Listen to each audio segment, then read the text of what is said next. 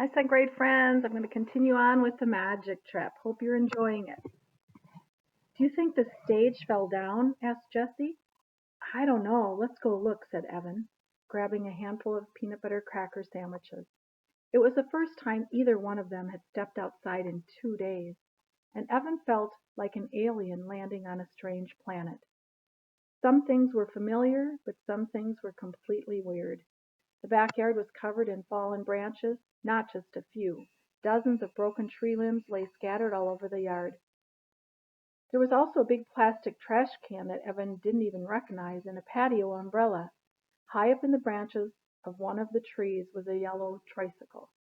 Dangling from another tree branch was a man's raincoat. But the strangest sight of all was the climbing tree, which looked as if it was growing backwards right out of the house.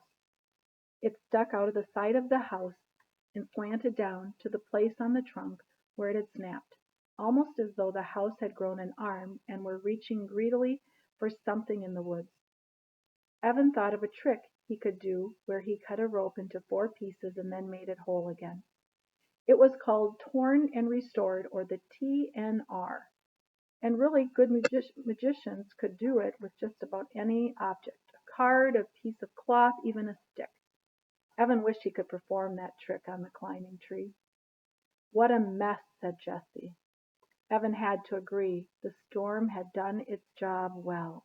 No halfway effort. You had to give it credit for that. This is really going to bum Mom out, he said. We should clean up as much as we can.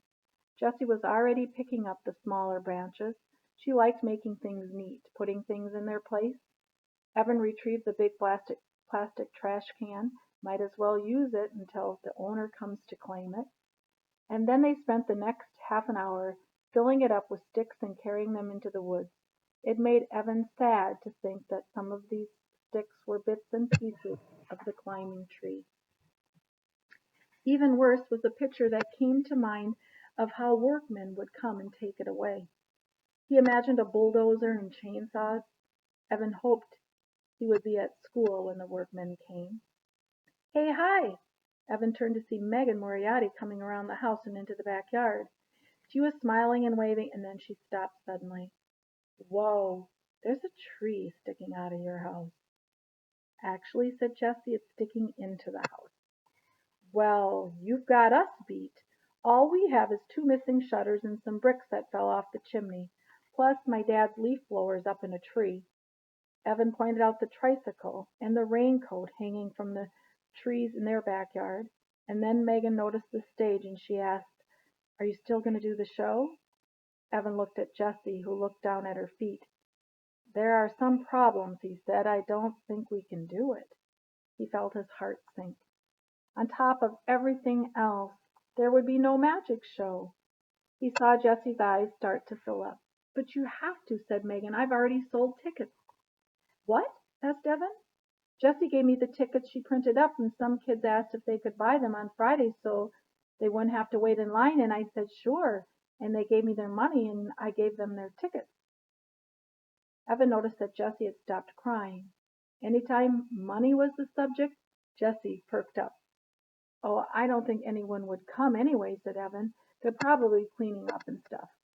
Megan frowned. Sally's coming. I saw her riding by my house this morning, and she said she was definitely coming. And the little kids who live next door to me, they're coming, and I told their mom I'd walk them over here. Evan shrugged. I guess we'll just have to tell them there's no show and give them their money back, right? Oh, what a shame, said Megan. All that money. I got $2 a ticket, you know. $2 a ticket, shouted Jessie. She looked at Evan. Wow, $2 a ticket. He wondered how many people would come. Maybe there'd be even more people because of the storm, especially if no one had electricity. What else was there to do? Evan pointed at the porch. We don't even have the stage set up. I'll help, said Megan, and Sally will too. I think everyone just wants to get out of the house. It's been like 2 days. Evan turned to Jessie and tilted his head to one side. Could they really do it? Put on a magic show just hours after a hurricane came through their neighborhood? He knew that Jesse's brain was running through 5 different possible scenarios and coming up with the right answer. "We should do it," she said, "and we'll dedicate the show to Professor Hoffman." Each trick was better than the last. Jesse couldn't believe how good Evan was. He started with some sleight of hand tricks, making a coin disappear from his hand and then making it reappear behind Jesse's ears. And even though Jessie knew exactly how the trick was done, it still fooled her. Evan was that good. After that, he did this TNR, where he cut a rope into 4 pieces and made them come back together into one piece. And then he did his cup and his ball routine, placing a red rubber ball underneath one of the 3 cups and making the ball underneath one of them disappear and reappear under a different one. Next, he made 3 balls appear, and then all 3 disappeared. The audience applauded wildly, even though they had to stand because the ground was wet. There had to be at least 50 people watching the show. Almost half of the kids from 4-0 had shown up, and there were lots of littler kids from the neighborhood and school. Jessie spotted a whole group of 5th graders, and there were even a few 6th graders. 6th graders! Jessie took a bow after each trick. Evan may have been the magician, but she was the one responsible for setting up the props, and so far she hadn't made one mistake. Twice Evan had whispered to her, "Good job," and she knew she was as good an assistant as he had hoped for. Next, Evan began his card tricks. He started with his Out of This World, then Finding 4 Aces, and then Order from Chaos, and finally the Mixed Up Kings, which was still Jessie's favorite. For each one, she set up the deck of cards just the way it needed to be done, and each trick worked perfectly. It's true what Evan had said. The assistant was the most important part of the show. Well, maybe he hadn't said exactly that, but something close. It was towards the end of the last card trick that Jessie started to feel a little flippy-floppy in her stomach. She had made a promise to Evan. And he was counting on her.